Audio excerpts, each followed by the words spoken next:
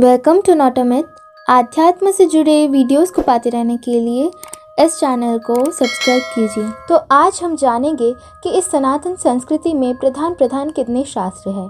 प्रधान इसलिए क्योंकि हमारे इस सनातन सभ्यता में अनगिनत शास्त्र है, तो उन सभी का व्याख्या इतने कम समय की वीडियो में संभव नहीं है।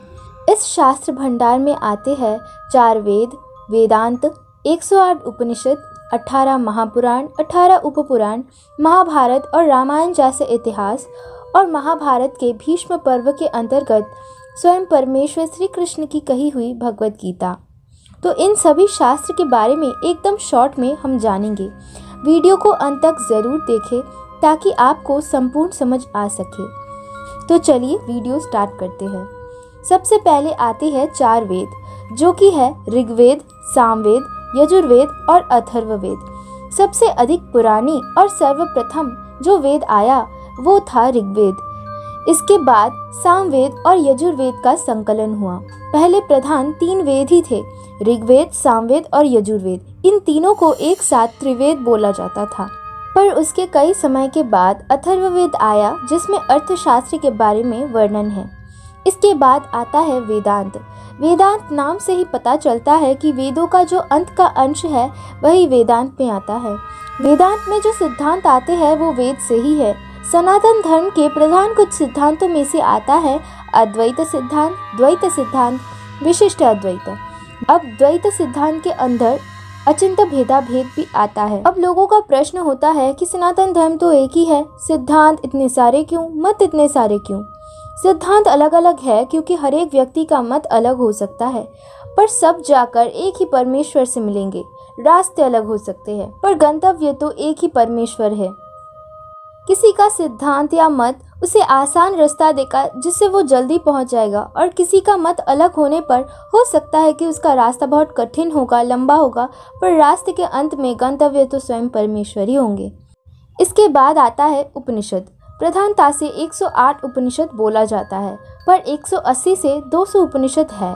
इनमें से स्पेशली मुख्य रूप से 10 उपनिषद है, जिनका नाम है ईशा, केना, कथा, प्रश्न, मुंडका, मांडुक्य, तैतरिया, ऐतरिया, छांदोग्य और बृहद आरण्यक उपनिषद।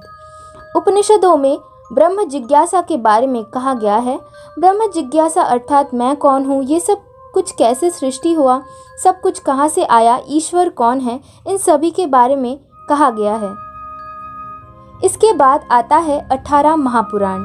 कृष्ण द्वैपायन वेद व्यास के द्वारा संस्कृत में 18 महापुराण का संकलन किया गया, जिसमें 18 उपपुराण भी है। पर आज हम बस 18 महापुराण के बारे में जानेंगे। 18 में से 6 पुराण ब्रह्मा, 6 पुराण भगवान शिव और 6 पुराण नारायण को समर्पित है। उन सभी पुराणों के नाम हैं ब्रह्म पुराण, पद्म पुराण, विष्णु पुराण, शिव पुराण, भागवत पुराण, नारद पुराण, मार्कंडेय पुराण, अग्नि पुराण, भविष्य पुराण, ब्रह्मवैवर्त पुराण, लिंग महापुराण, वराह पुराण, स्कंद पुराण, वामन पुराण, कूर्म पुराण, मत्स्य पुराण, गरुड़ पुराण और ब्रह्मांड पुराण। इन सभी 18 पुराणों में से सबसे प्राचीन पुराण है ब्रह्म पुराण। ब्रह्म पुराण में 25,000 श्लोक है और कई खंडों में ये विभाजित है। सबसे बड़ा पुराण है स्कंद पुराण, जिसमें 81,000 वर्सेस 81,000 श्लोक है। सबसे छोटा पुराण है मार्कंडेय पुराण, जिसमें 9,000 श्लोक है। ये सभी पुराण कई वृहद खंडों में विभाजित है। सभी पुराणों की श्लोक संख्या 15,000 से 40,000 के आसपास है। सभी 17 पुराणों के बाद वेद व्यास ने भागवत पुराण का संकलन किया, और इसी पुराण को लिखने के बाद वे संपूर्ण रूप से संतुष्ट हो गए थे। इसीलिए इन सभी 17 पुराणों का सार इस भागवत पुराण को कहा जाता है। इसीलिए सभी पुराणों में श्रेष्ठ भागवत पुराण को ही कहा जाता है। इसके बाद आता है महाभारत और रामायण। महाभारत में 1,10,000 श्लोक है। वाल्मीकि के द्वारा लिखा गया रामायण में 24,000 श्लोक है। रामायण का अर्थ 2 है। एक है रामायण अर्थात श्री राम का अयन अर्थात कथा, और दूसरा है रामायण, रमा अर्थात लक्ष्मी अर्थात माँ सीता की गाथा। वाल्मीकि के रामायण को छोड़कर और भी कई रामायण मिलते हैं, जैसे कि रामचरितमानस, आध्यात्म रामायण, आनंद रामायण, जो कि भगवान शिव ने माता पार्वती को सुनाई, और भी कई रामायण आते हैं। असल में जो रामायण है वे बहुत ही विस्तृत है। श्री राम रक्षा स्तोत्र में कहा गया है कि चरितम रघुनाथस्य शतकोटि प्रविस्तरम एकैकमक्षरम पुंसा महापातकनाशनम। अर्थात श्री राम का चरित्र शतकोटि रामायण में विस्तृत है। अब ये प्रश्न आता है कि शतकोटि रामायण कैसे है, तो उसका उत्तर यही है कि रामायण एक बार नहीं हुई, कई हजारों लाखों बार हो चुकी है।